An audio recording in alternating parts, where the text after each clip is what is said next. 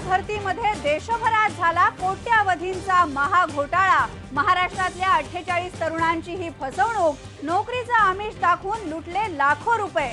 IBN लोकमतचा special report.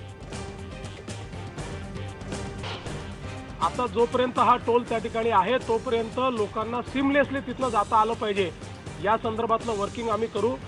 Bharat Ratna Sachin तेंडुलकरजींच्या पत्राचा आम्ही अतिशय सिरियस कॉग्निझन्स घेतला आहे। टोलच्या विरोधात आता सचिन तेंडुलकर उतरला मैदानात। टोल वसुलीच्या धोरणाचा फेरविचार करा, मुख्यमंत्र्यांना लिहिलं पत्र, तर या पत्राची आम्ही गांभीर्याने दखल घेतलीये, मुख्यमंत्र्यांची ही ग्वाही।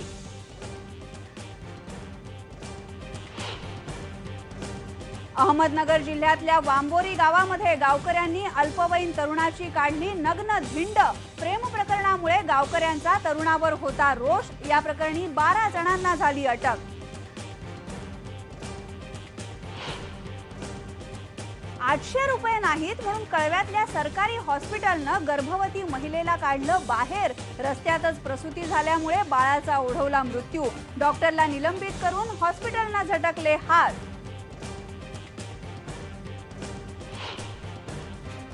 बॉम्बे हायकोर्टाचं नाव बदलून मुंबई हायकोर्ट करण्याचा प्रस्ताव केंद्र सरकारच्या विचाराधीन। कायदा मंत्री सदानंद गौडांची लोकसभेमध्ये माहिती। खासदार किरीट सोमय्या यांनी उपस्थित केला होता प्रश्न। तब्बल 47 वर्षांनंतर भातसा धरण प्रकल्पग्रस्तांना मिळणार न्याय। मुंबई महापालिका करणार धरणग्रस्तांचं पुनर्वसन। कुटुंबातल्या एका व्यक्तीला मिळणार महापालिकेमध्ये नोकरी सुद्धा।